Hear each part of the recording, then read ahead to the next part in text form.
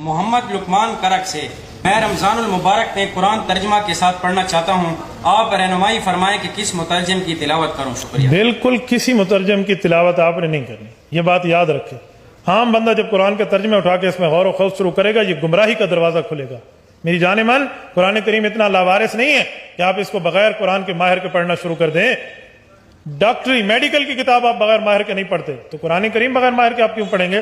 ترجمے آپ کے لیے نہیں ہے، یہ طالب علم کے لیے ہے، یہ انڈر کنسٹرکشن عالم کے لیے ہے، جو ابھی زیر تعمیر ہے، یہ اس کی مدد کے لیے ہے۔ آپ کو چاہیے آپ نے ترجمہ پڑھنا ہے تو کسی عالم دین کی زیر نگرانی پڑھیں۔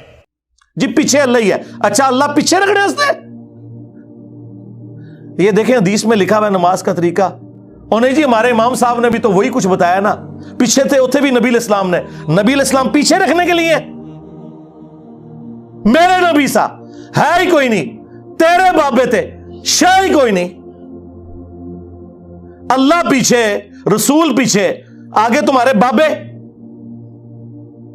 عزتیں اویل کی ہیں تم نے اللہ اور اس کے رسول کے نام کے اوپر، چندے کھائے ہیں تم نے رسول اللہ کے نام کے اوپر صلی اللہ علیہ وآلہ وسلم، سواریاں سوار کی ہیں تم نے مکے اور مدینے کے نام کے اوپر، اور غداری کی ہے اپنے دین کے ساتھ۔ ممبروں پہ چڑھ کے کہتے ہو قرآن و حدیث ڈائریکٹ نہ پڑھنا، گمراہ ہو جاؤ گے۔ محمد لقمان کرک سے میں رمضان المبارک میں قرآن ترجمہ کے ساتھ پڑھنا چاہتا ہوں، آپ رہنمائی فرمائیں کہ کس مترجم کی تلاوت کروں؟ شکریہ۔ بالکل کسی مترجم کی تلاوت آپ نے نہیں کرنی، یہ بات یاد رکھیں۔ عام بندہ جب قرآن کے ترجمے اٹھا کے اس میں غور و خوض شروع کرے گا، یہ گمراہی کا دروازہ کھلے گا۔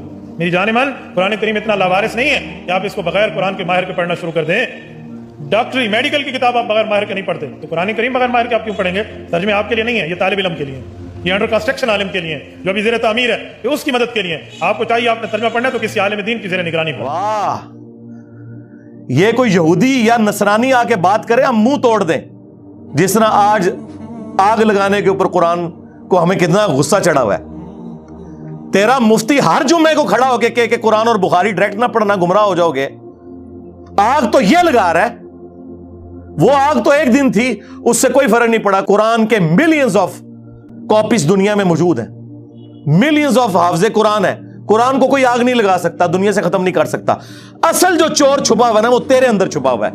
جو یہ علماء ہے، شیاطین، جنات اور انسانوں میں سے شیاطین، جو تمہیں یہ کہہ رہے ہیں قرآن حدیث ڈائریکٹ نہ پڑھنا، گمراہ ہو جاؤ گے، اور تم کہتے ہو مفتی صاحب نے فرما دیا۔ سبحان اللہ۔ دنیا میں اگر کوئی مفتی صاحب لمبی داڑھی اور پگڑی اور ہاتھ میں تسبیح کے ساتھ آپ کو کوئی 2 نمبر چیز دے دیں، آپ ایک استری خریدنے کے لیے جائیں اپنے کپڑے کرنے کے لیے، اور اس پہ جعلی مور لگا کے وہ بندہ آپ کو وہ استری دے دے، اور آپ کو بعد میں پتہ چل جائے اس نے دھوکہ کیا ہے، تو آپ کیا کہیں گے؟ مفتی صاحب نے فرما دیا استری شریف۔ آپ غصے میں بھرے ہوئے جائیں گے اور کہیں گے کہ تو داڑھی رکھ کے بےایمانیاں کر رہا ہے، کہیں گے نا۔ تو یہ داڑھی والے جو مولوی ممبروں پہ چڑھے ہوئے جھوٹ سکھا رہے ہیں آپ کو، ان کو کبھی آپ نے کہا؟ نہیں۔ آپ فرق دیکھ لیں، جہاں آپ کی دنیا کا نقصان ہوتا ہے نا، نہ آپ کو مفتی کی داڑھی نظر آتی ہے، ہو سکتا ہے آپ جا کے آگ لگا دیں اس کی داڑھی کوئی، لیکن جہاں آپ کا دین کا نقصان ہو رہا ہے آپ کہتے ہیں مفتی صاحب نے فرما دیا۔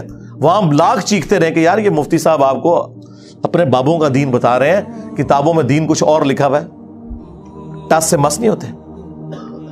تو یہ قرآن کی توحید کا ٹیسٹ نہیں تھے پاس کر رہے، تو یہ ترجمے انہوں نے کمائیوں کے لیے کیے تھے،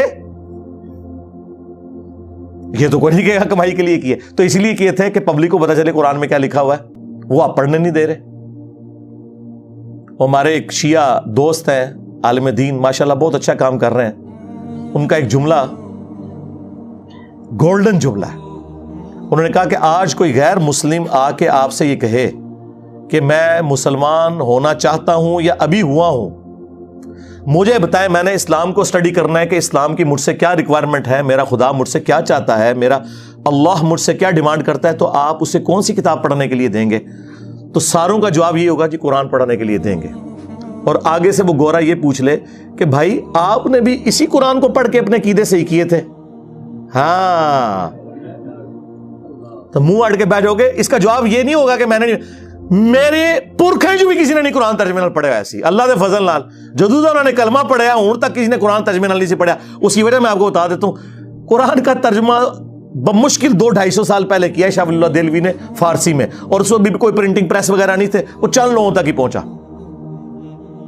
ایکچولی اگر آپ دیکھیں تو ان 15-20 سالوں میں زیادہ ہوا ہے کہ سافٹ ویئر بنے عام بندوں کے ہاتھ میں ہے, ورنہ ترجمہ قرآن تو آپ کو مسجدوں میں نہیں ملتا تھا.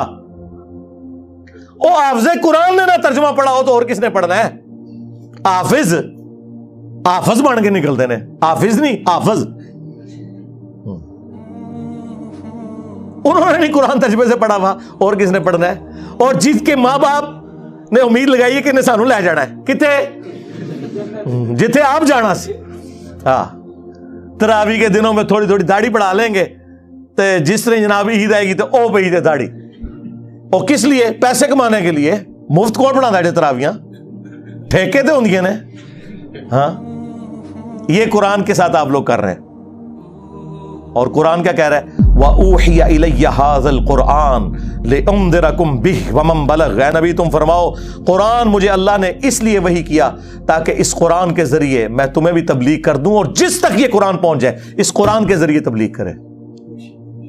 قرآن تو یہ کہہ رہا ہے, قرآن تو کہہ رہا ہے وَلَقَدْ يَسَّرْنَا الْقُرْآنَ لِلذِّكْرِ فَهَلْ مِن مُدَّكِرٍ. ہم نے قرآن کو سمجھنے کے لیے آسان کر دیا, ہے کوئی نصیحت حاصل کرنے والا؟ قرآن تو یہ کہہ رہا ہے, قرآن تو کہہ رہا ہے فذکر بالقرآن من یخاف وعید.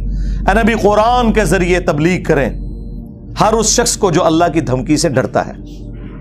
قرآن تو یہ کہہ رہا ہے. قرآن تو سورہ صاد میں کہہ رہا ہے کہ قرآن ہم نے اس لیے نازل کیا کہ اس سے لوگ نصیحت حاصل کریں, اس کی آیات میں تدبر کریں, اور عقل مند لوگ اس سے نصیحت حاصل کریں.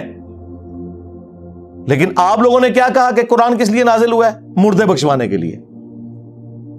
ہمارے محبوب صلی اللہ علیہ وآلہ وسلم کی پوری زندگی سینٹرڈ اراؤنڈ قرآن ہے. آپ کا انسٹرومنٹ آف دعوت قرآن ہے. وَأُوحِيَ إِلَيَّ هَذَا الْقُرْآنُ لِأُنذِرَكُمْ بِهِ وَمَنْ بَلَغَ. اے نبی تم فرماؤ قرآن مجھے اس لیے وحی کیا گیا تاکہ اس قرآن کے ذریعے میں تم تک بات پہنچاؤں جس تک بھی پہنچے. اور وہ دیکھیں کیسی پہنچائی ہے. صحیح مسلم میں یہ حدیث ہے, نبی علیہ السلام نے حجت الوداع کے موقع پر فرمایا تھا میں تم میں ایک چیز ایسی چھوڑ کے جا رہا ہوں جسے پکڑ لوگے کبھی گمراہ نہیں ہوگے, وہ اللہ کی کتاب ہے. اچھا, حجت الوداع کا جو باب مسلم شریف میں آیا نا, اس میں صرف قرآن کا ذکر ہے, حدیث سنت کا ذکر نہیں ہے.